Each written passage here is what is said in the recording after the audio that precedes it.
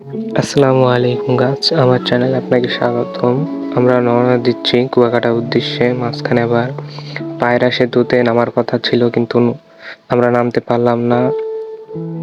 কিন্তু আমরা অনেক মজা করেছিলাম এই জায়গায়। তারপর আমরা কুয়াকাটা সমুদ্র সৈকতে এসে পৌঁছেছি।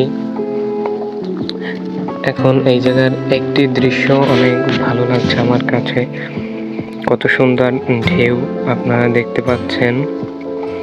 সবচাইতে সুন্দরতম একটা দৃশ্য হলো কুয়াকাটার সমুদ্রের এই ঢেউ দেখা। এখানে আমরা অনেক আনন্দ করলাম। আমি এবং আমার বন্ধু আছে একজন, আমরা অনেকক্ষণ প্রায় 1 ঘন্টা ধরে এখানে বসে সমুদ্রের ঢেউ দেখছিলাম, এবং এর যে শব্দ কি বলবো, অস্থির একটা শব্দ, শুনতে অনেক ভালো লাগে। আমরা এগুলো দেখছি এবং এই হচ্ছে আমাদের বাস, এবং কয়েকটা ছবিও তুলে নিলাম। গাইস, কেমন হয়েছে বলবেন। আবার আমরা ভিডিও করতে শুরু করলাম।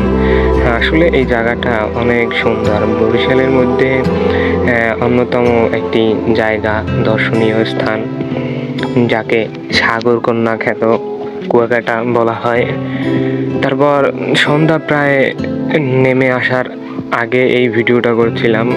আসলে দৃশ্যগুলো অনেক সুন্দর, দেখে যেন হৃদয় জুড়িয়ে যায়। বিকেলবেলা এই দৃশ্য আবার বাসের মধ্যে বসে করি, আমরা একটি ঝিনুকও পাই।